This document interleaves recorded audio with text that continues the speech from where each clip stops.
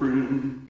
What's going on, ladies and gentlemen? Welcome back to The Fringe, and welcome to Sunday night's weekly wrap here on the channel. I hope you guys all had yourselves a wonderful weekend and stayed safe and stayed out of trouble.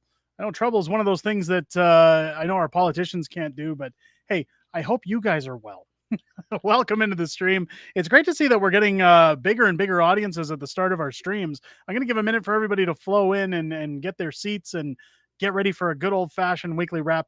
If you're new to the stream, let me know down below in the chat. If you're also watching the stream, tell me where you're watching from. Let's get a roll call. Let's see if we can get one person from every province of the country in here.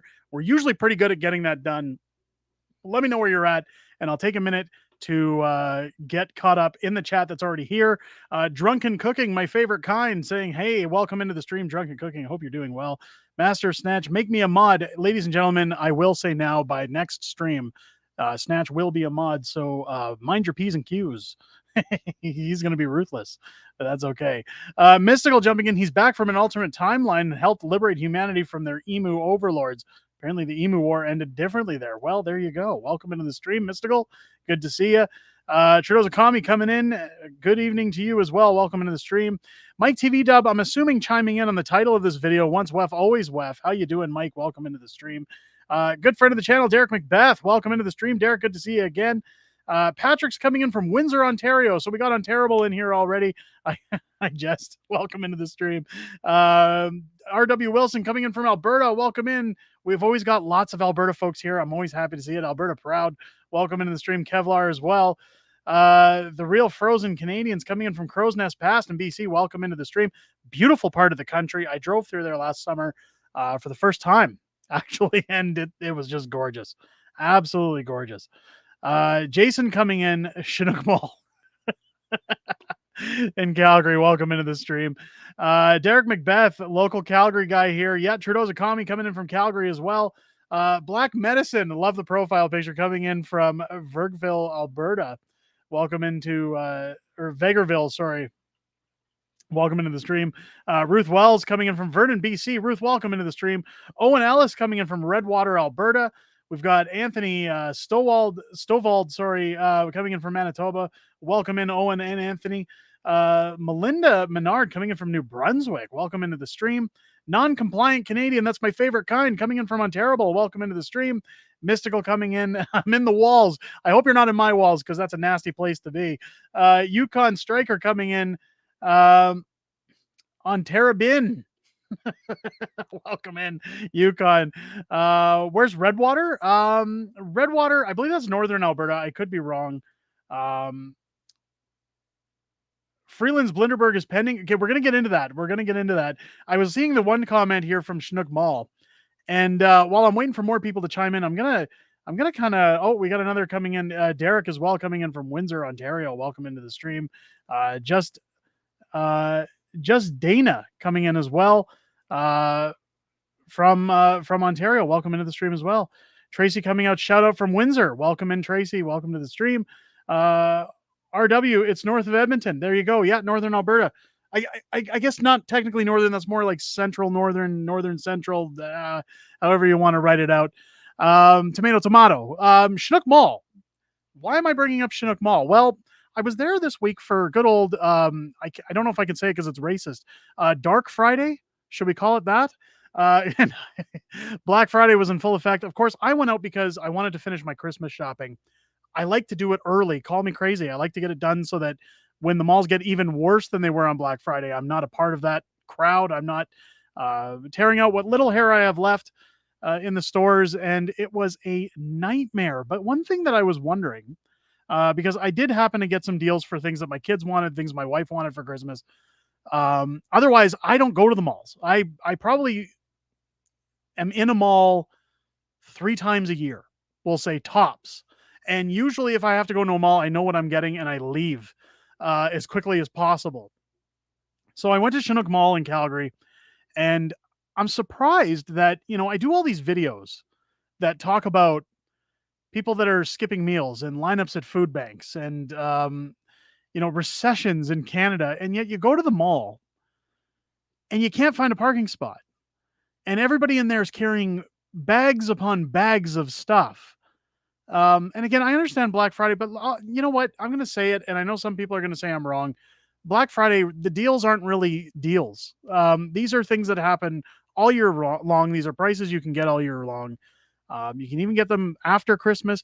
What a lot of people don't realize that buy things like electronics is that it's great to try and get Boxing Day deals or Black Friday deals, but you know when the best time to buy a television is? January, because people are done spending money. Places like Best Buy, Visions Electronics, any of those places that carry televisions want to get rid of them. So they try to get rid of any overstock. I know that from when I used to work in retail back in the days when good old Future Shop was still around. Every January, the salesmen were always, I mean, Future Shop was a commission based job, whereas Best Buy, since they bought out Future Shop, I know they don't pay commissions, but the salesman would always start to sweat around January because man was it slow, and usually you'd see a couple people leave. But it just shocked me as to how many people were out eating, spending money, living quite cavalier. And again, my wife pointed out, well, we're here too, so you can't really complain. To which I said, I'm here on a budget. I'm minding what I'm doing. You see people walking out with Tiffany's bags, Abercrombie bags, like all these expensive clothing stores. And again, the deals aren't really as present. Apple bags, like people hanging out in the Apple store. I just, the amount of money that gets spent in this town, I find it hard to believe that people are suffering as much as you hear. But I know that it's true. I know I'm not saying that it's not true or that it's a scam. Um, Black Medicine jumping in. Sovereignty Act coming in hot tomorrow. Yes, I do have a video coming out on that tomorrow morning. Keep your eyes peeled for that. If you guys are in for the videos tomorrow or during the week, make sure you're doing the usual YouTube stuff. Like, comment, share it out. I don't know what's going on with YouTube, but for some reason the algorithm, I don't know if we're secretly being shadow banned or what's going on, but when I look at my analytics, it tells me that only just over 100 people are notified when our videos go live. We went from getting about 10,000 to 15,000 views on average to happily trying to push 3,000 last week on most videos. So I don't know if I'm just making content you guys were bored with or if they're just not getting out there. But anything you do, anytime you comment in a YouTube video, you hit the like button, which if you haven't hit the like button on this stream yet, make sure to hit that like button. It gets it out there in the algorithm. That's the point of the like button. It lets other people know that aren't subscribed to the channel or who don't know about the channel that, hey, there's a lot of people in here and they're enjoying the content. So it's free to do that, ladies and gentlemen. If you have the time, make sure to do all the usual YouTubes and help out the channel as much as you can. You might get trampled by a stampede of Karens. Well, maybe. Petition E4701. We're going to get into that as well. Rosemary, welcome into the stream. Mystical's asking if they can speak to the manager. Karen is not here. That is Karen. Never mind. That is the Karen. Viva La Dirt League. If you guys ever watch that channel on YouTube, they had a good video about Karens at one point where she tried to speak to the manager and it went over. It was crazy. Joanne chiming in, people should just stop shopping for a good year, just bare necessities. Give corporate a small taste if we don't buy their own crap no more. Absolutely. I agree with that. I think it's great. The real frozen Canadian, welcome to the stream. They'll be homeless in a year. Well, the way some people spend, it doesn't surprise me. Freeland's gone from the WEF could mean she's getting to replace Trudeau. More bad news for Canada. I don't know if that's going to be the case. We're going to get into that too. And again, I know I'm going to miss a very, very fair amount of the chat here as I scroll down. I wanted to catch Dan McLean, who's jumping in from Nanaimo as well. Welcome in. Great to see you. Unacceptable Fringe wrote 2 books. They are amazing. We wrote more than 2 books, Clown Piss. I love that name, by the way. And they're on Amazon. No, I wrote more than 2 books. Shameless self-plug. Let's bring it up. What I'll do. So if you guys remember last week, we talked about my new website where you can purchase my books away from Amazon and buy them direct if you guys are wanting to support us directly. Let me do a screen share here. And this is where I always find it funny because a lot of people don't know that we wrote more than one book or two books. We have a sequel currently out for How the Prime Minister Stole Freedom. But if you go over to unacceptablefringebooks.com, you'll see down here all of our books listed. Of course, we have our original How the Prime Minister Stole Freedom, our second book, One Face, Two Face, Blackface, Blueface, which covered a lot of MPs that we poked fun at on Parliament Hill in that book, as well as Klaus Schwab. We've got Hold the Line, The Ballad of Tamara Leach, which we did in term for the 1 year anniversary of the Convoy, and a nice little story about Tamara. We then followed that one up with The Young Kid's Guide to Grooming, which again was getting out of politics. We took a little stab at a man who looks like Jeffrey Epstein. Of course, on this site, we have the redacted special edition of How the Prime Minister Stole Freedom. It is a little more expensive, and the reason for that, ladies and gentlemen, it's out of print. I've only got about 26 copies of that book left. There's less than 500 in circulation. So for collectors, for anybody who wants that book, this is the only way to get it. And once these are gone, they're gone for good. So if you guys wanted to place an order, this is the time. Now, I did get my copies of How the Prime Minister Broke Canada, our newest book, which is still #1 on Amazon, in this week, but they've been going out faster than I can get them in. So if you guys are wanting these as gifts, keep in mind every book ordered from this site comes signed, and the prices do include Canada-wide free shipping. So your price that you pay when you click on buy now is an all-in price. We also have bundles available with our first book, How the Prime Minister Stole Freedom, as well as How the Prime Minister Broke Canada, and a full set of our books if you guys are looking to gift those out or just want an extra set of signed books. Every copy, again, comes signed, ladies and gentlemen. Shameless self-plug over with, but you can head over now. Again, if you're wanting them before Christmas, I'd order sooner than later to secure your copies, to make sure they get there before Christmas, because whenever people order them from me, as soon as I run out of stock, I have to go to Amazon, order more books, and then ship them out to you guys. And I have to wait for them to get here. And of course, Amazon gets really busy towards the Christmas season as well. So again, I try to let people know that orders will be fulfilled within about 14 days. So 2 weeks, your order will be shipped. But that's the best we can do kind of right now. But yeah, we've had technically 5 books over the span of Unacceptable Fringe books, and well, we're hoping to have more. And in fact, I'll announce last night, if you guys follow me outside of social media, good old Bradshaw, who's over on Twitter, she had me on her TikTok stream for a TikTok live last night while she was promoting How the Prime Minister Broke Canada. And of course, the power got cut while we were in on that stream. Give Bradshaw a follow over on Twitter. If you're on TikTok and you want to get good political videos, go hang out with Bradshaw. She does great material. She's got great stuff over on her channel. But Bradshaw, of course, pointing out a few things this week in terms of new petitions. I'm gonna bring that up here for you guys. There's a new petition going around from the House of Commons. Petition E-4701. This is a petition. Now, I do have a video coming out later this week that does bring this up again, but for anybody who's wanting to get in on that, I'm going to put a link to the petition in the chat.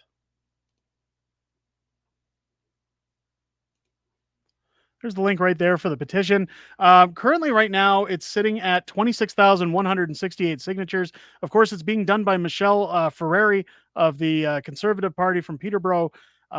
She's outlined that this is a petition put forward to request the vote for no confidence. Now, a lot of people will say these petitions don't do anything. They don't go anywhere. I see it all the time in my videos. Oh, nothing's going to happen. Oh, there's nothing good coming from this. But of course, what you don't realize and what people don't look at is the small bits that add up. When we're seeing it with Danielle Smith and invoking not the Emergency Act, I'm used to saying Emergency Act, the Sovereignty Act tomorrow morning, when she's going to put forward the Sovereignty Act, when we see premiers that are fighting back against the federal government saying your plastic bans are unlawful, your carbon tax carve out for the eastern provinces, but not for the rest are unacceptable. We can't do those things. And people are starting to wake up and complain. Things like these petitions start to add up. They're drops in the bucket. But let's go over what she's asking for in this petition. We, the citizens of Canada, have lost confidence in Justin Trudeau and the Liberal NDP coalition. We call on the House for a vote of no confidence. We ask for an election 45 days after the vote, if won. The current government elected is not acting in the best interest of all citizens. The policies of this government aren't aligning with the crisis Canada is facing: housing costs, infringement of civil liberties, highest inflation in history, unbalanced immigration policies, taxation to the point of poverty, weakening of our economy by importing natural resources that Canada already has and underutilizes. And based on the past 8 years of Prime Minister, Canadians do not have confidence in the Prime Minister after 5 ethics investigations, Canada's reputation being tarnished on a global scale under his leadership, to the extent that Canada is being discluded from participating in statements regarding important geopolitical events. We understand, or we, undersigned citizens and residents of Canada, call upon the House of Commons to call for a vote of no confidence and a federal election 45 days following the vote. And of course, that opened up November 24th, and it's closed 1 month later on December the 24th on Christmas Eve. So again, folks, head over. There's the link again in the chat, and I'll flash it up on the screen for anybody who's looking to leave their signature, get it going, sign the petition. I signed the petition. I think it's important. Head over, support it, and let's see what it does. Let's see if it pushes. The reason I think this petition might be a little effective is that if you look at polling recently, the Liberals are almost losing seats in polls to the NDP at this point. Now, guys like Jagmeet Singh might think that, hey, you know what? Maybe this is a chance for me to break coalition and secure another term. Maybe it's a chance for me to keep my seat, especially if we can gain more. We'll have more power in the House of Commons. They'll probably believe that they can push the Conservatives to be buddy-buddy with them and form their own little coalition to get their way moving forward and push some of their policies. I don't know, but my guess is that it would be definitely an incentive for the NDP to look at those numbers and say, hey, maybe we break coalition. And if there's that many signatures, maybe we push for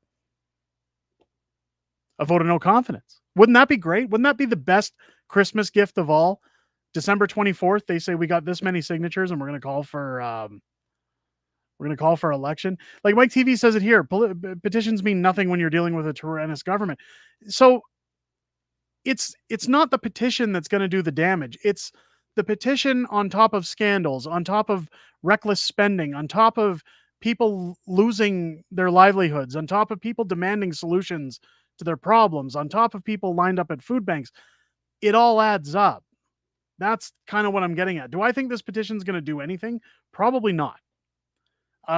It's going to do nothing more than just show how many Canadians are fed up with the powers that be. We've seen Rebel News do a bunch of petitions and we've seen them drop them off. And I always question, do they even get to the people that they need to go to? Or does the security personnel take them and just throw them in the trash? It's questionable at best. But because this is being spearheaded by a Conservative MP, I'm kind of interested. I'm interested to see where it goes. And we'll see what happens. Let's catch up with the chat. I've been reposting every single time I see Bradshaw on TikTok. Awesome. Rosemary, thank you for doing that. She's great. We made a little joke last night. It was funny that just as we were bringing up Justin Trudeau towards the end of our stream, the power went out in her neighborhood and about 2 blocks lost electricity. And I made a joke about heat pumps. And of course, it was a funny way to kind of end the stream, but she's great. I'm really appreciative for all of her help trying to get the word out about our products and what we're doing as a company. Because a little known fact or unknown fact, if you haven't been tuning into our videos as of late, I've been informed by the people that I keep in touch with on Parliament Hill that Justin Trudeau is well aware of our newest book, How the Prime Minister Broke Canada, and he's not happy about it. Now, legally, I'm protected with that book. There's nothing defaming in there. There's nothing that can spark a lawsuit. I do it with all of my books. I make sure with legal before we release them that I haven't crossed any lines. And a lot of people feel with those books, you they're written for kids. You're indoctrinating children. The reason we draw them in a kid-like fashion and that we make them look like children's books is because it keeps us safe from legal cases, because they're done in a kind-hearted manner, and the material isn't scathing or aggressive. It's lighthearted, it's comedy. It's no different than places like This Hour Is 22 Minutes, where we make a lighthearted joke at something and it's brushed off. But I've been told that Justin Trudeau is actually furious that this book hit number 1 on Amazon again. It was there briefly. I don't know if it's still there. I know it's number 1 still in its categories. But the more we support that book on Amazon, the more it upsets Justin Trudeau, the more it pisses him off. And really, at the end of the day, can we ask for anything more? Now, in light of that, people say, well, you're getting rich off of this. You're just pushing sales. I don't make a lot of money on books. I'm going to be honest. There isn't much to be made in the books end. However, I've said anybody who is supporting the book up until about mid-December, just so I can make sure that our donation hits in enough time, I will be taking a portion of proceeds and donating them just like we do with every one of our books. This time I want to be helping veterans. If you've seen our video last week about veterans who can't even afford or currently serving military who can't afford to even get a shelter or housing, that they're living in cars. I want to do some kind of donation towards veterans, and I'll make sure that that goes through. I know we worked in conjunction with V4F on how the Prime Minister stole freedom. So I definitely want to do something to benefit. It's kind of my way of saying thank you for all the support. Again, I love making Trudeau's life a living hell, but anybody who supports our books will be donating to veteran causes in December, just before Christmas. Make sure that we can have some money going, at least a little bit of a way to helping somebody or as many people as possible have a good holiday this season. Um, and of course, any books bought on unacceptablefringebooks.com direct, I'm taking a portion of those proceeds as well. It's not just Amazon.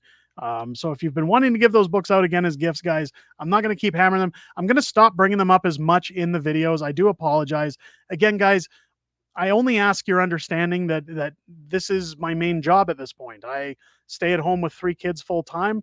YouTube, as well as the book business, is how I pay my bills, and that's unfortunately, I don't like taking on sponsors. I know people have said look into it. I may look into it in the future, but right now, I'd rather. I'm one of those people that always says, if I'm going to ask my viewer audience to pay for things, I'd rather give them something for their money rather than something like a super chat, because you're getting something for your money. At least you're getting something to hold in your hands and enjoy. So support is always welcomed. But again, I'll lay off a little bit in the videos in terms of the advertising. My apologies for anybody who's had to watch that. Um, I don't enjoy it as much as you guys don't enjoy watching it. I can assure you that. And it will slow down. So again, guys, now's the time. If you want to support it, that's where you go. Um, let's catch up a little bit with the chat.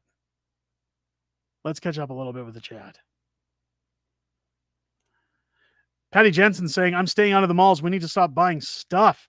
We're keeping this whole ridiculous slave rat race going. I couldn't agree more. I know my wife and I had a chat with our kids this year about Christmas, because while we're in a position where we could go above and beyond, and when I say that, we save throughout the year. My kids often want things and we usually just put it aside and say we'll buy things later. I usually like Christmas to be big, and it's simply because my parents always did what they could at Christmas. They always did the most they could for us. I know years where I got like a Super Nintendo or things like that as a kid. I was in my own little haven. You only get to be a kid once. So I like to make Christmas as magical as I can for my kids. Um, and rather than blowing my money on useless things throughout the year, I know that's hypocritical when you see my background. I like to make sure my kids have the best Christmas I can provide. However, my wife and I had a chat this year and we told our kids the problem we're noticing is that when we buy them a lot of toys, my kids range between the ages of 9 and 3. My oldest is starting to get out of toys and things like that and starting to get more into technology, while the middle one's still kind of into toys. And of course, the toddler loves as many toys as he can get his hands on. Um, but we said we notice we buy all these toys, we buy all these gifts. Half of them end up laying on the floor for a while and they don't go anywhere. And every year, I talked about this last week, but every year we take the kids out and say, find one thing that you really want more than anything else. And we buy that and we always give it to charity. Now, we did that this week. again during Black Friday while there were some deals on, because I can make the money go a little bit further and we can maybe do double the amount of gifts we were going to do. But I think it's important to show my kids that um, while you're enjoying your holidays, if you can afford to, you should always do what you can to make somebody else's holiday that's less fortunate better. I've always believed that's the real meaning of Christmas. Um, Give rather than receive. But we've told our kids this year we're cutting back, and it's they panicked as soon as we said that, and we told them it's not a financial thing. It's just because we feel you guys get too much, and that kind of goes back to Patty's comment that we're supporting a lot of things that really don't need to be done. Our kids are very well looked after, and they're treated very well at Christmas time. So we're just going to do a little bit less this year, and I'm sure they're still going to have a great Christmas. Um, they've done very well. I'm going to say that it's not that we've skimped on anything. There just isn't as much as there usually is. Buy them a Paperboy video game and put it next to the pinball. You know what's funny, Tire Canadian? I've been looking for a Paperboy machine for a long, long time. I used to have the arcade one up Mortal Kombat 30th anniversary machine, which had Paperboy on it. But if you've ever played Paperboy in the arcades, it had the bike handlebars to play the games where the Mortal Kombat machine just had joysticks and buttons. Now, the Star Wars machine behind me has a flight yoke, and there is a modification you can get for those machines that allows you to install, I think it's like 100 or 200 more yoke style games. I think Paperboy's on there, so maybe that'll be in the cards for my kids. Who knows? We'll do something down the lines. Um, Amnesty asking to be a mod as well. Amnesty's a mod on so many channels. I'm sure we can make that happen, Amnesty. I'll definitely get that done. Uh, Gulia Zima, I hope I'm pronouncing that correctly. I apologize if I'm not. Coming in from Montreal, Quebec. From Quebec, you're doing an awesome job for freedom here in Canada. Thank you so much. I really appreciate you guys coming into the stream. 200 viewers right now. My God. That's amazing, guys. Make sure if you haven't hit the like button yet to hit the like button, get in the chat. If you're new here, tell me you're new. I want to know where our new viewers are at. I always see the usuals in here, and I love seeing you guys. We have such a great community here. Speaking of community, if you haven't joined our Discord yet, our Discord has a section in there. That is one thing I wanted to touch on tonight. Our Discord has a section in there for video recommendations, and I've started a new kind of a new fun little thing with the channel where if there's anything, here's the link here. It's posted in the chat if you want to join our Discord.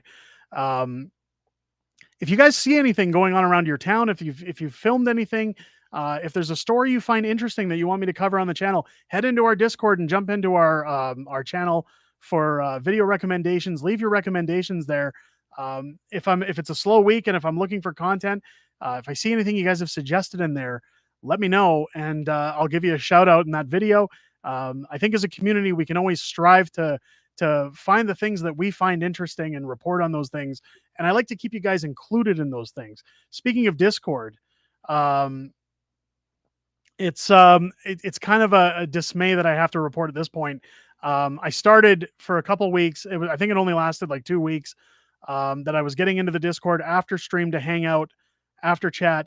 I'm just finding that with my current schedule, with promoting this new book, with YouTube videos and trying to get them out for you guys on time, I'm in the Discord after the streams and I'm sitting there doing thumbnails and editing, trying to get things done because I can't be up till all hours of the evening. I'm usually up at 6 o'clock in the morning to get 3 kids up and ready so that 2 of them can get out to school. So unfortunately at this time, until I can find a better balance, I won't be able to jump into the Discord after stream, but I will be in the Discord on and off throughout the week. I do interact in there. So I will be into there, but just unfortunately after stream, I can't directly jump in and I apologize for that, ladies and gentlemen.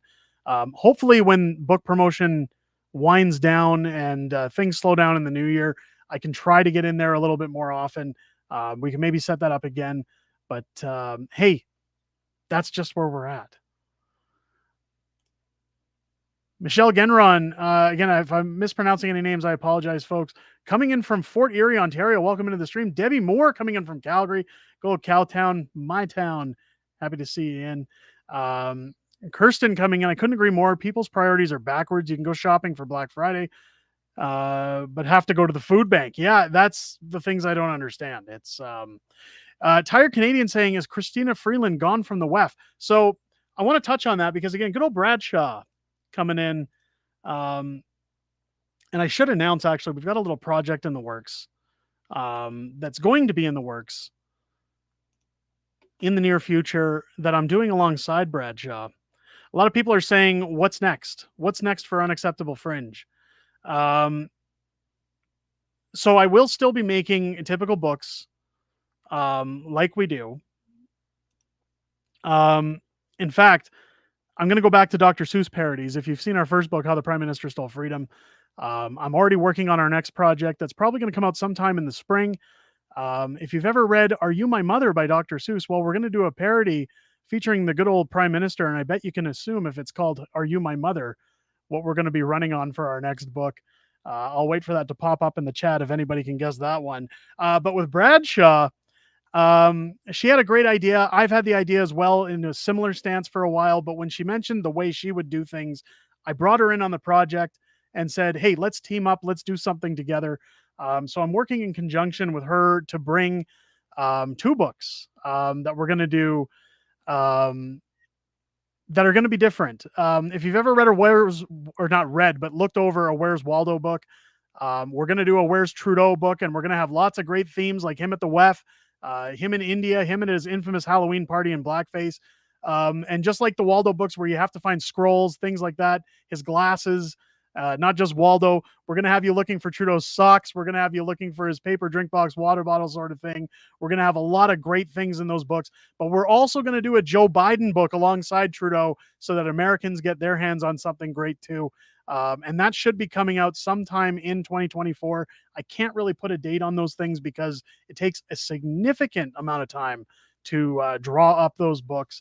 And I'm looking forward to bringing that to you guys in the new year. Mystical jumping in first. Who's your daddy? Yeah, we're gonna do Trudeau's Are You My Daddy coming up next. That's a working title. I'm not sure what we're gonna call it. But we're gonna do Are You My Daddy? And of course, some former Cuban dictators might show up in that book. Who knows? But that's what's going to come up next for Unacceptable Fringe. So what we need most importantly, most of all, guys, we need to get support on our newest book and our existing books. I'm not sure what's happened with Amazon. That's part of the reason that I started selling them direct on unacceptablefringebooks.com. The sales have just completely bottomed out on our recent books. And much like said in the beginning of this video, somebody thought we'd only wrote 2 books when we've done 5. It's been a real uphill battle to try and get advertising to get those books out there. But if you guys want to support the books, and even if you want to tell people of their existence, it's free to do that. That helps us immensely. If we have the support, it's much easier for me to get people I work with to make these books, to put them together and keep them coming for you guys. So hopefully we can get those projects out. And I'm looking forward to bringing those to you in the new year. CB jumping in. I'm here. Let the bells ring out because I'm here. Good old CB. Welcome into the stream. Great to see you here. Sun and Dagger, those jersey concept designs look awesome. I hope it's going to become a reality. So if you followed me last week, I had a concept on, I think I put it in our community. I did have it on my actual Twitter. Let me see if I can pull up the community post of that. I love hockey jerseys. I'm a fan of hockey. I've always done hockey in my life. I played hockey for 14 years. Here we go. Here's a concept. Let's bring up the photo. We'll do a screen share here. The problem with these jerseys that I've seen so far is the cost to manufacture. I wanted to make these hockey jerseys that have our old Unacceptable Fringe logo on the shoulders with the new one on the front. And of course, Fringe 2022 was when we started making books. So I'd have the numbers done on it and all the cresting done. I'm going to reach out to my buddy Theo Fleury and see if there's a company. I know he has some done for his great show, Fire and Ice, which is done through Canadians for Truth and Freedoms. And hey, maybe we can get something done. It'd be great to see it. The problem with those things, Sun and Dagger, is going to be the cost to give them to get them out to people. The cost is going to be exponentially huge. Um, and when I say huge, it's probably going to be over $100 a jersey kind of thing. Like there's no way to get them cheap is the problem. But I will look into them and we'll see. And maybe we can do like a pre-order kind of thing if people are interested in those. Um, Kevin asking, did I miss the Freeland WEF discussion? No, we're just going to get into that. Um, let me get caught up in the chat here. As a Ukrainian, Freeland makes us look really bad. I fully agree.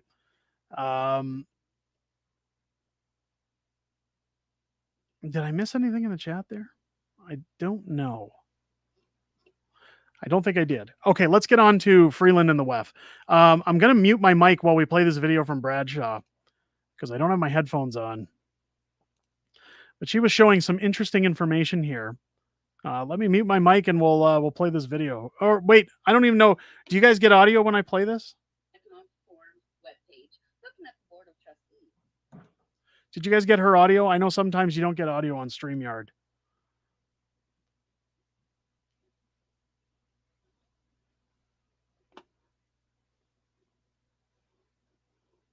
I don't know if you guys got audio on that. Did you? Yes, for audio, but it's low. So it's probably coming through the microphone.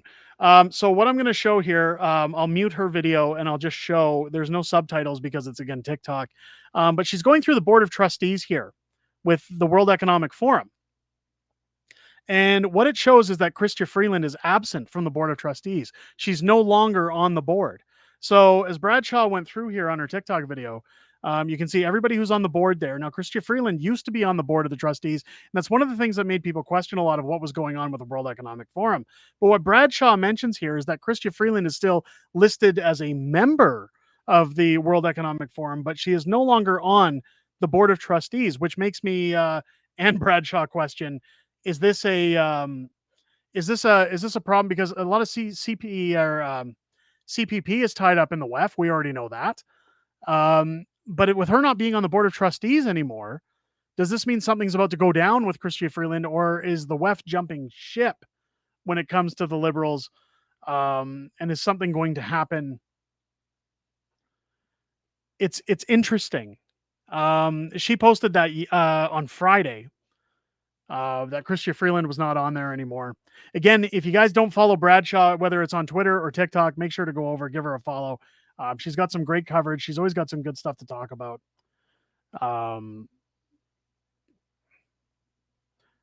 Can't hear the Twitter video. No, you can't hear the Twitter video. There's a problem with the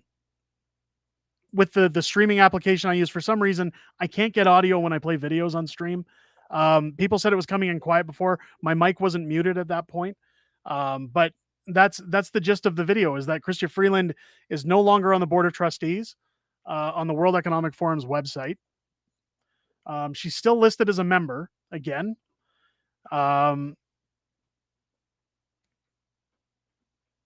It's going to be interesting to see what happens, what comes of that. I'm going to be following up on that. Again, I do mention it in a video this week. So if you guys check out our videos on the channel, I will have those mentioned in the videos this week. Make sure to check out our content. And again, you'll hear the video in full on there, or you can go check out Bradshaw's posting on TikTok or her Twitter profile. She does have it on there as well.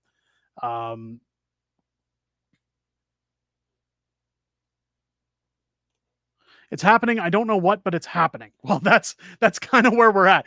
I'm making speculation at this point. And again, a lot of people had talked to me last week about the Rainbow Bridge accident and said, how come you didn't do a video on that? Well, it's quite simple, because it wasn't a terrorist attack. It was just an accident. And a lot of people jumped the gun on that one. Even channels like The Quartering on YouTube had to print a retraction on that one. So much like this, I don't want to say too much into it, but it's just, again, something we've noticed, that she's not on the site anymore, on the board of trustees. Maybe they're updating. I don't know. It's interesting to see. Somebody said maybe she's, going to be taking over for Justin Trudeau, so they had to remove her from the board. I don't think that's going to happen. I don't see Trudeau stepping down anytime soon. If he was going to step down, he would have done it by now. I think that guy's going to ride it out till the very end. He looks like a ride or die type person. So Yeah, interesting news, and it's going to be interesting to see where that goes. But I don't want to do nothing more than speculate at this point, and just say again, she's off the board of trustees.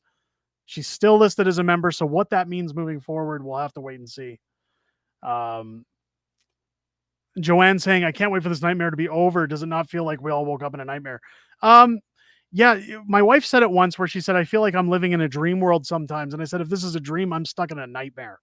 It's crazy what's happened. It's absolutely crazy where we're at in the world right now. Um, Lie, ride, and die guy. Yeah, absolutely. He's not finished annoying us. No, and you know what's funny? Um, we PP is no longer associated with Switch Health either. Well, there you go. I again, a lot of things happening that'll be interesting to see what comes out as we move along. Um, she and Trudeau are in big trouble if military or RCMP would do their job. Well, but we're not going to see that anytime soon. The RCMP are just as corrupt as the Liberal government. We've seen that nothing good's going to come from them in the near future, anyways. I think again, it's so. I've got a few videos this week. One is touching on Pierre Poilievre with his absolute evisceration of this mainstream reporter this last week. I know it's late to the party on that video, but some people had been messaging me asking if I was going to talk about it. I thought this was a good time because it was a slower news week so far. But what those reporters should start to realize, and what the RCMP and the CBC and a bunch of other people should start to realize, is that it's very much looking like the supporters of their current paychecks in terms of the Liberal Party are going to be ousted when it comes to the next election. And if they want to keep their jobs, if they want to have any hope of trying to scramble together any portion of their career, they should probably try to shape up or ship out at this point. Because once Pierre gets in, if we see things like defunding the CBC, if we see the shutdown of mainstream media, I mean, we've seen what happened with Donald Trump in the US when he became president and what it did to places like CNN. They couldn't even get their live streaming service off the ground. They shut it down a month in. It's going to be crazy for those people, and I think it's going to get nuts. Escape the system and get red pilled. I tell people, yeah, yeah. Real frozen Canadian, you're solid AF. I appreciate that. Thanks for joining us on the stream. RCMP are the only cops not vaccinated in Canada. Well, again, I don't want to speak for them without documentation on that, but it doesn't surprise me if that's the case. Vikram Singh coming in, petition signed, no confidence in current government. They will run and work for the WEF, New World Order. Yes, absolutely. Thank you for signing the petition. Um, Arthur saying, I just got back from the retro arcade in Okotoks. I got a score on Donkey Kong. Or set a score on Donkey Kong. It's a great classic arcade. You got to check it out. I will check that out first chance I get, Arthur. Thank you for mentioning that last week as well. Debbie jumping in. It seems like the mainstream media is doubling down since Freeland announced the budget and allotted a bunch of money for them. Yeah, but again, that's temporary, right? The thing that a lot of these folks, these prostitutes, aren't doing is they're not playing the long game. They're not looking at the future. They're looking at right now, and they're saying, "Well, things are sunny right now for us. You know, we've got a free ride. We're well funded. We're well looked after." And what they're not seeing is the polling, and they're not looking at the bigger picture of what happens when another government gets in. And they don't want to put up with our nonsense, and they don't want to fund us anymore, and they don't want to pay our bills. It's kind of like the lazy kid who sits around and then their dad comes home and kicks down the door and says it's time to get a job. This is essentially what's going to happen to these reporters. It's going to happen to the RCMP. You've seen it in Alberta, as Danielle Smith has laid out. Do we even need the RCMP anymore? Maybe we should have our own privatized police force, similar to how Calgary does it. Calgary's police aren't tied to the RCMP. They're a separate entity. And it's worked out just fine. Now, in terms of cops who don't want to do their jobs or corruption, that's going to exist in any police force. But it is a separate entity from the RCMP.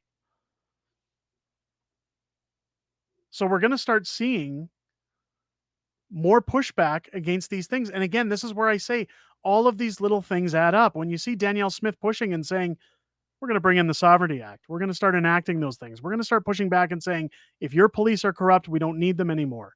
If you get, Pierre Poilievre saying, I'm not going to fund the CBC anymore because they don't stand for truth or accurate reporting. What's going to happen to other organizations? Like the writing is on the wall, ladies and gentlemen.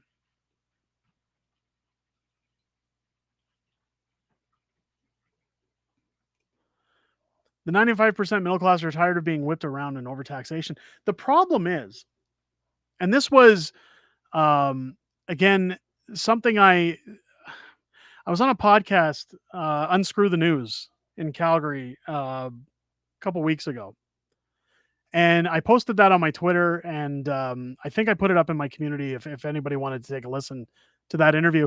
But one of the things we talked about was NGOs or non-government organizations and the wasted money that goes around and being spent in government. We've seen it in Calgary this last week as Dan McLean sat with City Council as they voted in favor of this 8% tax raise for Calgarians next year, while our failed woke mayor just bought a $2.2 million statue.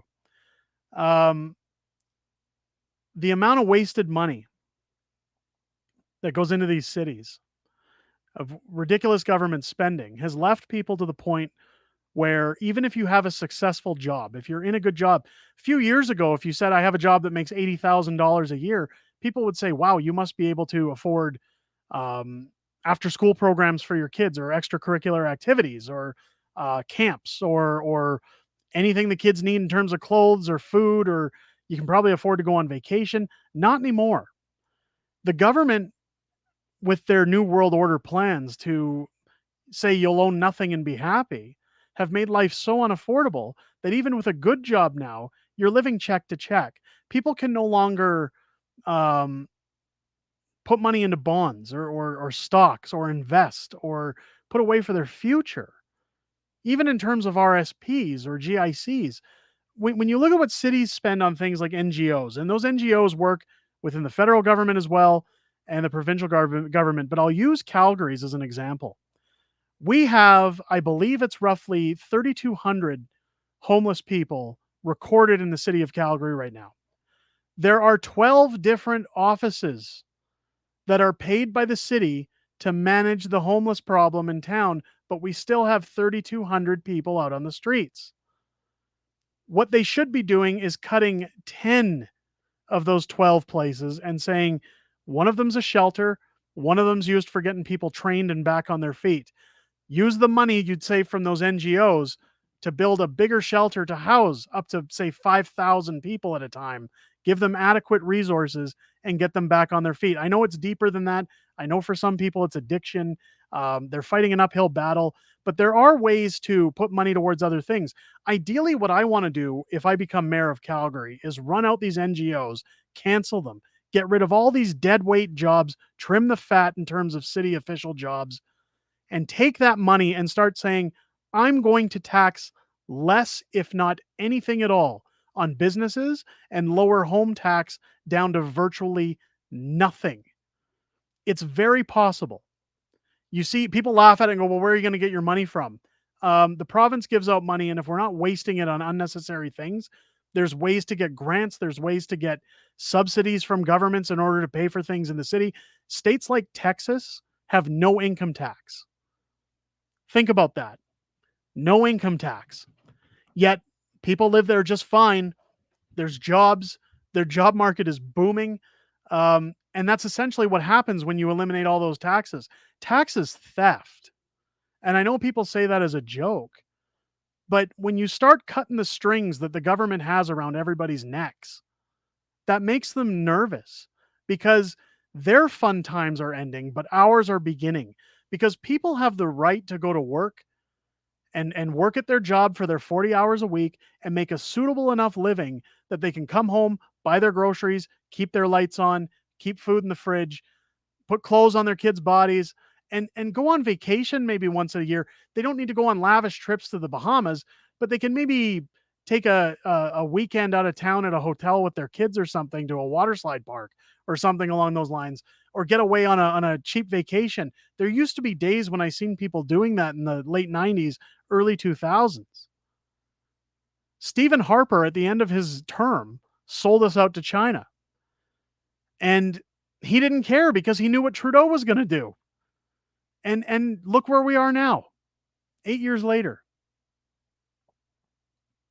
8 years later. Joanne's saying it right here. 12 NGOs is ridiculous. It's all a scam. They're only helping themselves and have purpose to exist. Yeah, so that's the problem with NGOs, and that's just on the homeless end. If we go through the city and look at all the NGOs that are unnecessary, how many city staff jobs are there that do virtually nothing? How many studies do the cities do in a year on, oh, what how do people identify with gender? Let's spend $200,000 on a study for that. I've said it before that my idea of running the city of Calgary would be get rid of the NGOs, start putting money into promoting business to come back to Calgary. And what I mean by that is we don't tear down empty businesses or empty buildings from businesses right now to build housing. If people are coming here, we'll build the housing eventually. But when they say we're going to build affordable housing, none of it's affordable. They're not building affordable housing. The developers are getting a cash in. You keep those buildings empty and you lower the business tax so bloody low that people want to come here and Alberta's open for business. You promote oil and gas because that's what Alberta is. And you get those offices to come back to Calgary where they'll pay the lowest taxes and push that onto their employees where they can pay higher wages. And then you reduce people's property taxes and say, we're only giving you a 3 on a scale of 1 to 10. We're only going to charge you at a 3, if at all. And you take all that money and you put it into infrastructure that you're saving. You get rid of all these unnecessary jobs. I would like to start some form of a website where you register, just like with this petition that's going on right now with the House of Commons, where you have to register, you have to show your identification. And once you're registered, you log into the site. And every 6 months, we sit down and we listen to what people have to say. We have a place where they can vote, where they can get things on. We'll do Q&As, much like this stream where I come on every 6 months and say, what's on people's minds? Or here are the projects that are being presented in city council. Who's for this and who's against it and why? Let's hear from what the people have to say. Because I keep saying it, that if I was elected into that office, there's 1.6 million people in Calgary. I have 1.6 million bosses, and I have to listen to each and every one of them. And what they've told me so far is I'm sick and tired of this bullshit and I can't take anymore. And I'm sick of it too, as a Canadian citizen, as a Calgarian, as somebody who pays their taxes, as somebody, keep in mind,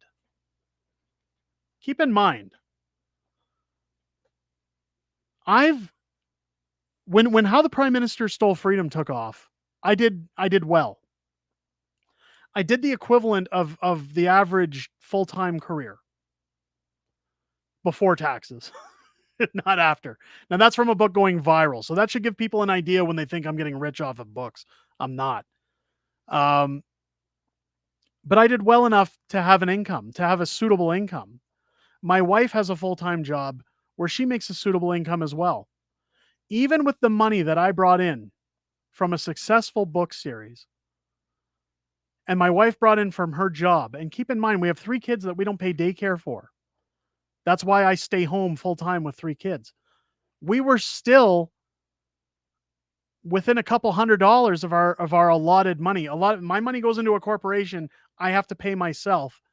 And I gave myself a very balanced salary, or dividend, I guess you could call it. A livable dividend. And we were still going check to check. And I said, we're sitting at 6 figures here. And we're still struggling. I can't imagine what the single mother who makes $60,000 a year is doing with her kid or kids. How they're getting by. And the short answer was they're not. And it's sad. It's really sad. And I've had enough of that shit. Calgary used to be such a vibrant city. People were in a good mood. Jobs were abundant. You didn't have all this crime. When I did this TikTok live with Bradshaw last night on her channel, she lives in a very safe neighborhood. And they went to a local restaurant and there was a shooting at the restaurant across the street. That shouldn't be happening here. When I was growing up as a teenager in Calgary, you never heard about shootings. Ever. if you ever did, it was kind of like, oh my God, I can't believe that happened. Now it's happening daily. We have an immigration problem. Many people don't want to face those facts. It's the truth, and it's nothing to be racist. It's just statistic. The economy says it. Our job sector says it. Our way of life says it. We have a problem with immigration. People frowned on Donald Trump for saying build a wall. They say you're a racist. He's a businessman. He understands the importance of balancing immigration.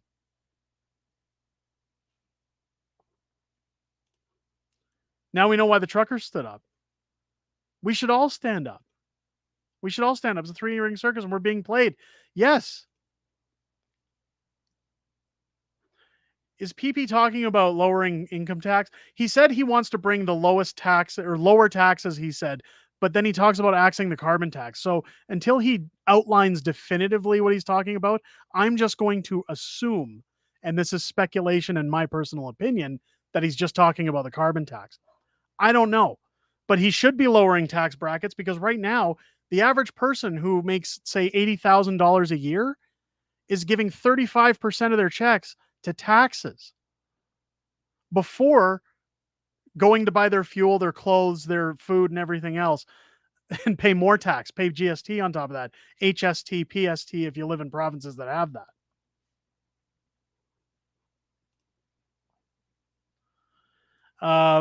Sold out my city house in Saskatoon. I live in my RV, which I winterized on 5 acres I own. I saw the trouble. Rick, I'm sorry to hear that. And I hope that you're okay where you are. And I hope that that's a good thing for you. It's sad. I watched that video of Tamara playing guitar and singing. She's so good. Tamara's great. I'm looking to have Tamara back on the channel at some point. We're just waiting for her court stuff to wrap up. She's promised her lawyers she's going to have media silence until she's completely done and knows that she's in the clear. But I can tell you she's doing very well and she's in high spirits and she does watch these streams. Afterwards, I do forward them to her via, I guess you could say over chat because she's not allowed on social media. So she does see what you guys have to say. I tell her all the time what you guys are saying in videos. But she's great. She's a great person. She's absolutely fantastic. Hoping to have her on in the near future. I was talking to a guy that I went to high school with in Calgary last week. Sorry, my mouth was getting a little dry there. I don't want to be spitting things all over the camera. It's a friend of mine in Calgary last week who said he lost his house. Like he couldn't afford it anymore. He's got a basic job. An average, I shouldn't say basic. That makes it sound low scale. He's got an average job and he had to get rid of his house and he now rents, which is even more expensive, but he's doing what he can. And he says, why is it fair that the government gets to enjoy their life and I'm punished for working hard and trying to just live mine? I don't even get time to enjoy it. And that's kind of my issue and part of the reason that I'm running for mayor. We get one spin on this earth. We should be allowed to enjoy the time that we have, not be robbed blind and work for bureaucrats. They're pigs at a trough. I've said it a million times over. And I said it on Unscrew the News when I was on that podcast. My job, if I got that mayor's job, like part of the problem is I can say all the things I'd like to do. I still have to fight for a vote from city council. And if there aren't like-minded people there, we can't put the things through that I want to put through. But I said, if they won't put them through, I'm going to take those 4 years in that job to make every day of their life a living hell, to annoy the piss out of them and make sure that they understand that I'm a problem that's not going to go away because I'm not a politician. I was talking to a city councilman that said, why are you running? Like, you're not the typical person that raised this all just for PR or why are you doing this? And I said, because I'm a citizen, because I'm somebody who's down here with the middle class and the middle lower class who's had to decide, do we put food in the fridge or do we pay our utility bill? We've had to decide what kind of meals are we going to eat this week in order to fit our budget. We've had to say numerous times, maybe next year we'll go on a vacation. And I think that the position that we're in is no different than the average Calgarian who's fed up, who's sick and tired of this nonsense, We're down there with everybody else. We're the same as everybody else. That's who needs to run for that office. That's who should be running for that office in any city. Not these pigs that just want to live off of free money. The mayor of Calgary currently right now gets $230,000 a year for her wages. $230,000 to be the mayor of Calgary.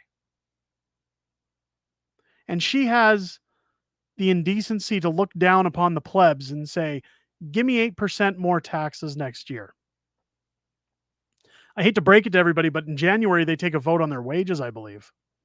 And guess what? They get to self-appoint their own raise. They're probably going to give themselves 3 to 4%, is my guess. And they're well within their rights to do that, apparently. I don't think that should be the case. That's a huge conflict of interest. Imagine going into your job and just saying, you know what? I don't make enough money. I'm going to give myself an extra $20,000 a year. Imagine having the power to do that. I think that there should be a board above city council that determines a basic living wage and what it takes to live a moderate lifestyle in Calgary. That is what the mayor should be paid. If they're being, or any councilman, if they're being paid more than that, they should just be told to shut up and be grateful they're getting what they're getting.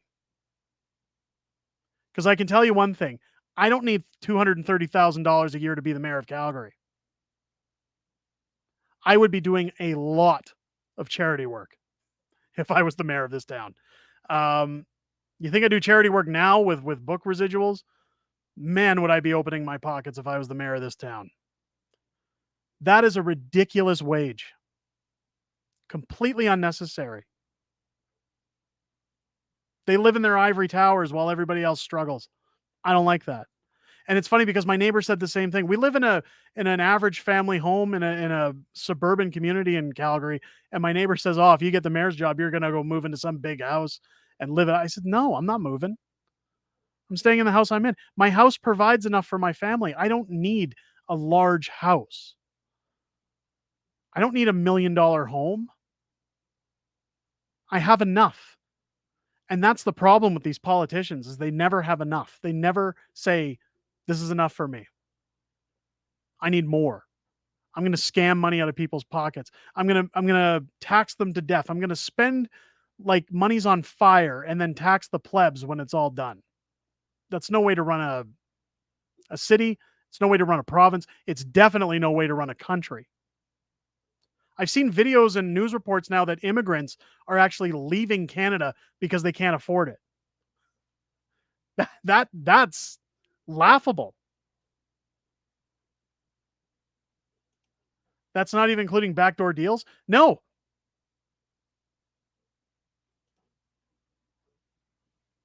Saw Elvis Presley's house in Memphis Saturday. It felt strange and sad. Well, I'm sorry to hear that. Long live the king. $100,000 is just home food. I bet he doubles that eating out. What are we talking about here? Did I?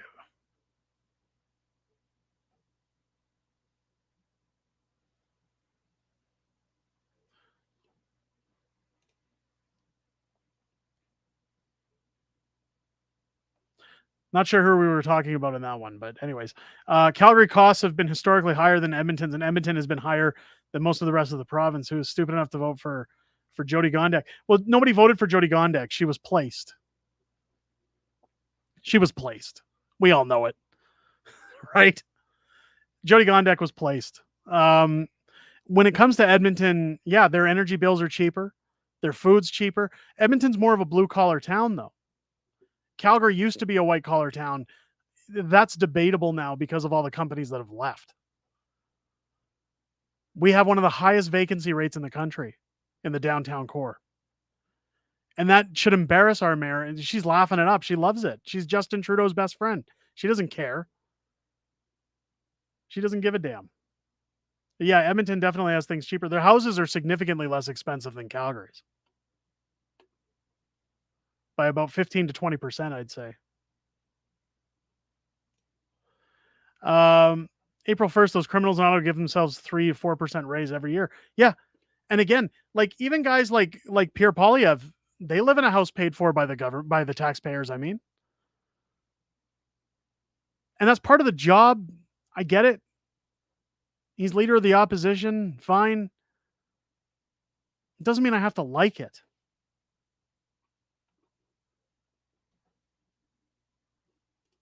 Most people don't make $60,000 a year. Why should a politician make 3 times more? Well, because they need their lavish lifestyle. And that's my point. That's why I was telling my neighbor, I'm not moving if I take the mayor's seat. I'll stay right where I am. I'll just open up my pockets and give more because I'll have disposable income. Because I'll say, if you're not going to take it away from me, I'm going to pull a Donald Trump. I don't want that money. I'll take enough that I can live off of. The rest can go to charity. I'll help out people that actually need it.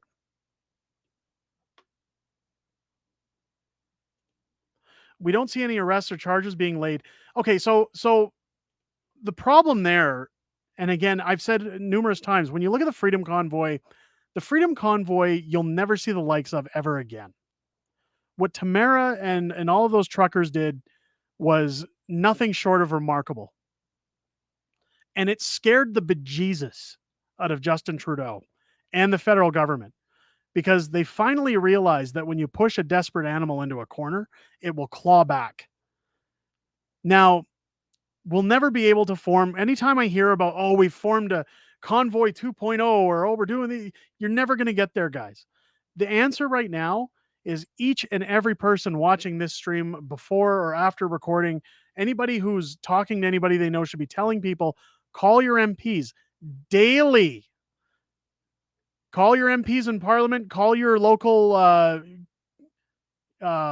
city councilors, call your MPs in your province. Make their lives so miserable that they stop answering their phones, that their email inboxes are flooded.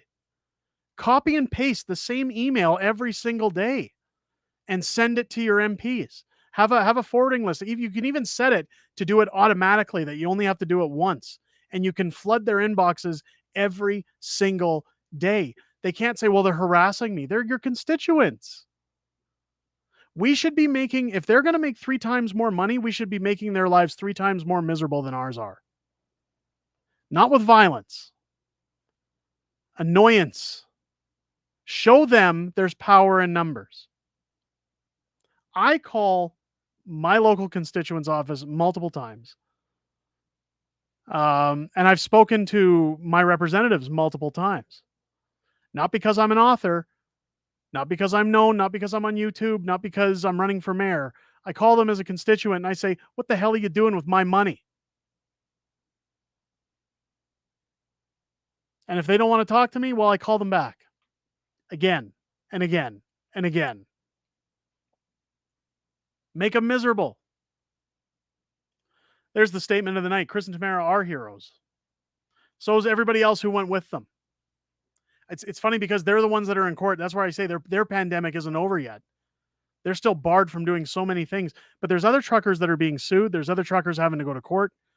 And there were many other who sat outside. Chris and Tamara are heralded as like kind of the faces of this simply because they're still in court. And they are heroes, but each and every person who went down there are heroes as far as I'm concerned. They put their jobs on the line, their futures, their bank accounts, their livelihoods, everything on the line for our benefit. And people quickly forgot when we were allowed back into movie theaters, restaurants, hotels, airlines, where that came from. And I've had people tell me, oh, the Freedom Convoy didn't cause for government to crumble on those policies. I beg to differ. The convoy was pushed out of Ottawa, but it was the idea of the convoy, I believe, that pushed government to start making some changes. We seen it in Alberta very quickly after the Freedom Convoy. The convoy was pushed out in February, and by March, Jason Kenney had announced that they were ending measures in Alberta. It was like a soft launch to ending measures, and that it was doing it in stages. And the reason they did that is because they started to see that if we keep pushing people, they're starting to get desperate. It's only going to get worse. I mean, the Coots 4 are still in jail. Where's their justice?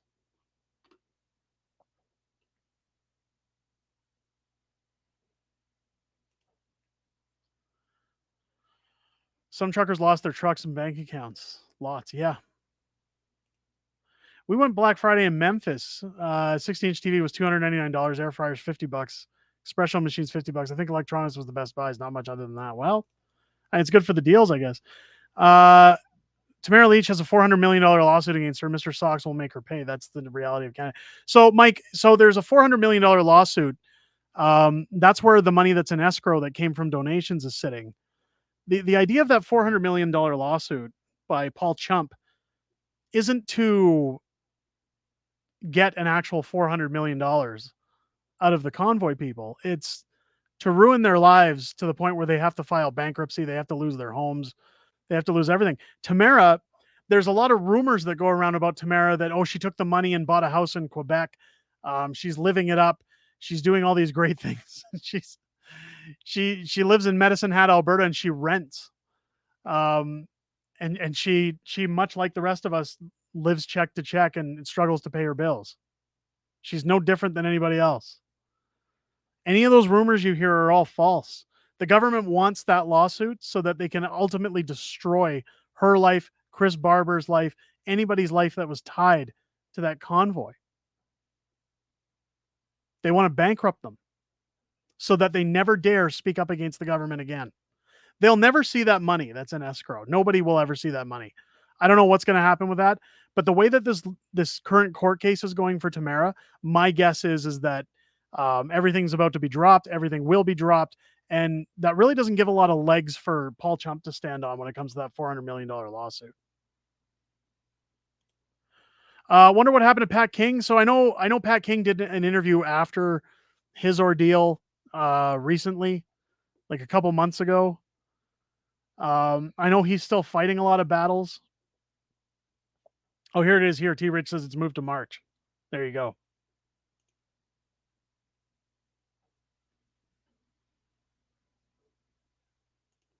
How long before somebody complains about Merry Christmas banner at the train entrance at Heritage Park? You know, it's funny. I say it every year, and I got called a racist when I was talking to my wife about it at Walmart. You can walk into Walmart at any time from October to February, and you see Chinese New Year, you see Diwali, you see all these holidays that get celebrated very openly. You even, like, my wife picked up a gift card for somebody at work from Walmart. Um, she was sent there to pick up gift cards, and one of them says Happy Diwali on them. I don't see any gift cards that say Merry Christmas at Walmart. They all say Happy Holidays. Because why should we get to celebrate what we've always celebrated? Right? We can celebrate Diwali or Kwanzaa or Chinese New Year or any of these other things, and the stores are flooded with them. Even during Pride month, year, season, whatever you want to call it, the stores were riddled with their stuff. None of that's offensive. People walking down the streets during Pride naked isn't offensive. You say Merry Christmas. How dare you? Laughable at best. It's all like, my family wasn't a practicing Christian family. Um, we just celebrated Christmas. And when I went to school in the 80s as a kid, we did Christmas concerts and we said Merry Christmas. We sang Christmas carols. Whether you were Jewish, Catholic, Christian, non-practicing, or atheist, you were all a part of that, and you all celebrated the same holiday. And I just found it funny as a kid growing up, I never heard anybody talking about it being offensive. I don't think I heard about the word offensive being introduced to Christmas till somewhere around 2005. And that's when people were like, I'm just not happy. I don't like those words. And I don't know how we got into this society where all of a sudden it's evil to enjoy something if it's not mainstream and woke. I just, stop taking away our stuff. But when I mentioned to my wife when we were at Walmart, and I says, look, they had Diwali stuff out a month ago, and we can't have Merry Christmas. And this lady who works there, of course, just about every employee at our local Walmart is from India or somewhere in that vicinity, and she says, you're racist. Excuse me? And she says, well, you're talking about Merry Christmas and saying that Diwali's the same thing. I said, I'm saying that a holiday is a holiday and we should be allowed to celebrate our holidays. And she says, well, not if they're offensive. Okay. Uh, I'm happy for anybody who celebrates anything. You know, have your Diwali, have your Chinese New Year, have Cinco de Mayo, have all these celebrations. These are all traditions that many cultures carry throughout their lives. And if I grew up in Canada and moved to Japan, I'd probably still celebrate Christmas with my family in my home, but I wouldn't go out into the streets and tell everybody else they had to just because I do. And I certainly wouldn't try to push it onto people, but I can also recognize that people have their traditions. And that's something that makes this world great is that we can all celebrate something. And for one time out of the year, whether again it's Chinese New Year, whether it's Kwanzaa, whether it's Yom Kippur, whether it's Hanukkah, whatever you celebrate, you get that one day where you just don't have to care about anything. You can be in a good mood. Politics don't matter. Who said what doesn't matter. Drama doesn't matter. You're with your family and you can enjoy the company of one another. I don't see the problem with that.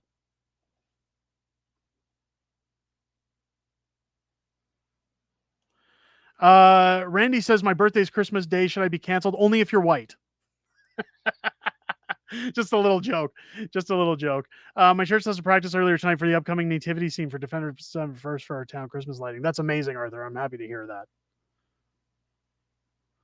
that. Has the decorations become less in the stores? Yes, I have noticed that, Bernadette. I have really noticed that, especially in my local stores. Um, Home Depot starts to carry more stuff I noticed in our area. Um, but like in terms of like Walmart or any of those places, like I noticed that the section they got a lot of trees and like totes for storing your stuff, but they don't seem to have they have like one or two aisles now of Christmas stuff. Whereas if you go to the United States and go down their Christmas section, it is busted open. Like they've got probably about 10 aisles worth of Christmas stuff over there because they're not afraid to celebrate what they want to. We need to be able to buy brand new and let us being back to good products and sizes that I'm assuming that's fit people and not cost so much. A bra could cost so much when it's fabric. Michelle, you know what? I can agree with it. I took my wife out um, about a month ago because my wife is one of those people. She'll never buy anything for herself. She always thinks about the kids first. Even when I tell her we're going shopping, you're going to get things. She went to get bras and like two were over $100, and she doesn't buy lavish stuff. Like this wasn't like designer or anything else. It was insane. But for her size or the kind of material she needs, over $100 for two. And I said, God damn. And she says, yeah, this is why I wear them until the wire pokes out or until they're falling apart. I've seen people out there. Sometimes I look at these people in skinny jeans and it's like, are you wearing them because you don't have any junk downstairs and want to make sure like people see some kind of an outline? Or are you wearing those because you can't afford the right size? Like people can't afford to do anything these days.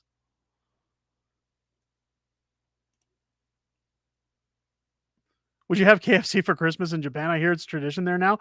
We do KFC for Christmas here because when it's just my family, when it's just me, the wife, and the kids, my kids don't like turkey. They don't like the home cooked meals. So my wife is essentially making a giant meal for just her and myself if we're not seeing family that year. So we usually just cave and say we'll do something along those lines. But it's just because it makes it easier and you're not sitting in front of the oven for 8 hours. I think this government has destroyed themselves. Let the PM open his mouth. It's music to my ears. Absolutely.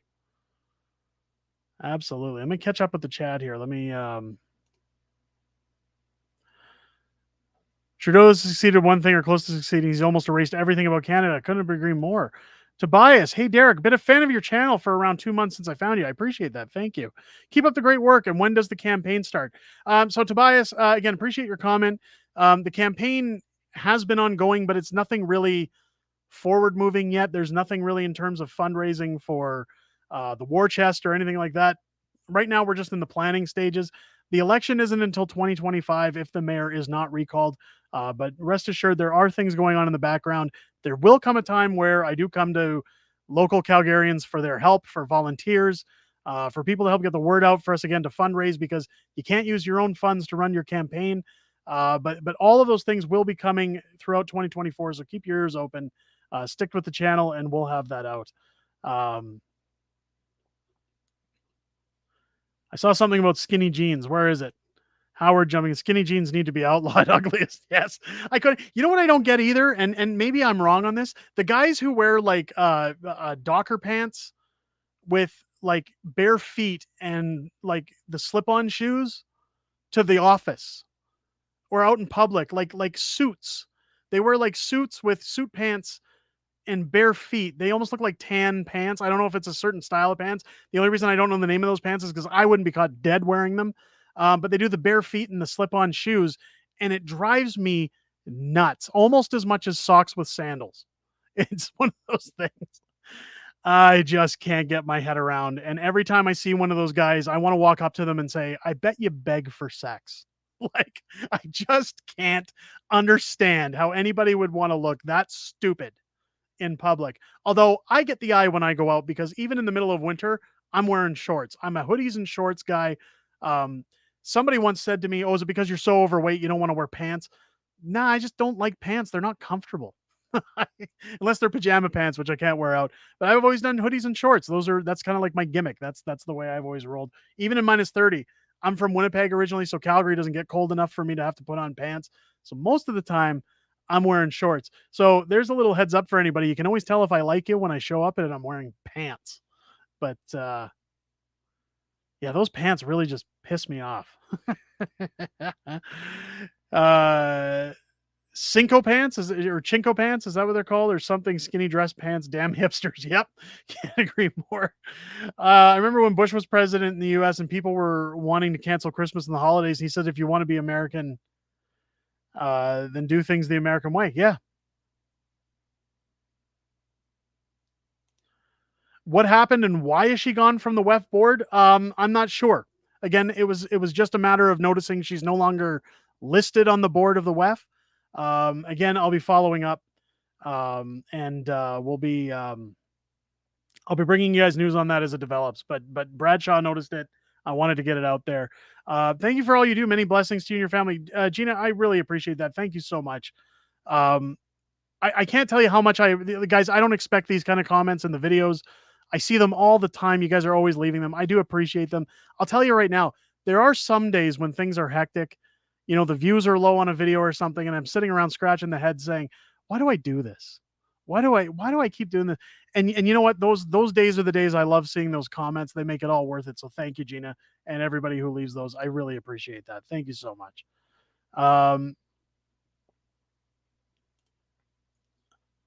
My pants are the second thing to come after my shoes when I or come off when I enter the house. Yeah, can't stand them.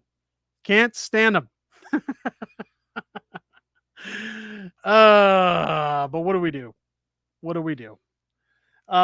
Ladies and gentlemen, I am reaching the end of our stream. We usually only go for an hour, but I've gone for an hour and a half tonight. Again, I won't be able to do after stream chat in the Discord again because of um, trying to get videos out, just being so busy with my schedule with book promotion and getting everything out. So for the foreseeable future, I won't be hanging out in the Discord immediately after stream, but I will be in and out of there throughout the week.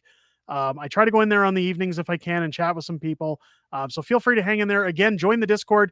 Leave your video recommendations in the tab in that community. I will give you guys a shout out in a video if we cover any of those. And while we're at it, just a reminder that our books over at unacceptablefringebooks.com are available now for purchase direct from me and not from Amazon. You can buy the books on Amazon for less. All prices on this page include your Canada-wide shipping, and each book comes signed. Now, this is the best way to support our projects and to give the channel support, and you get something for your money, and that's the way I prefer it. But just a reminder, if you're wanting these as gifts, they are running out of supply very quickly. People have been ordering them very frequently. And if you're wanting them before Christmas, order sooner than later. As soon as they're out of stock for me, I have to order more from Amazon, and that takes time. And as we get closer to Christmas, it's going to be harder and harder to fulfill those orders in time for everybody to get them for the holiday. So if you're wanting to get your hands on those books, make sure to head over to unacceptablefringebooks.com, grab your copies down there. I'll leave a link in the description, even though it's pretty basic, just in case you guys need that. Let's leave that in there. There you go. Unacceptablefringebooks.com. Head over there, grab your books. They do make great gifts, and I look forward. And it's very flattering to know that those are sitting under people's trees this year for everybody to enjoy, hopefully. But, ladies and gentlemen, thank you so much for coming out for the stream tonight. Don't forget to like, share, subscribe. This week, as you get our videos, make sure to hit the like button, comment in there, help get it out in the algorithm as much as you can. It's always free to do that. Recommend the channel to your friends, all that usual YouTube stuff. I hope you guys have a great week coming up and a safe week. And I hope you guys enjoyed the stream. I enjoyed hanging out, talking with you guys as always. We have such a great community here. I really love sitting down with each and every one of you every week. I look forward to it.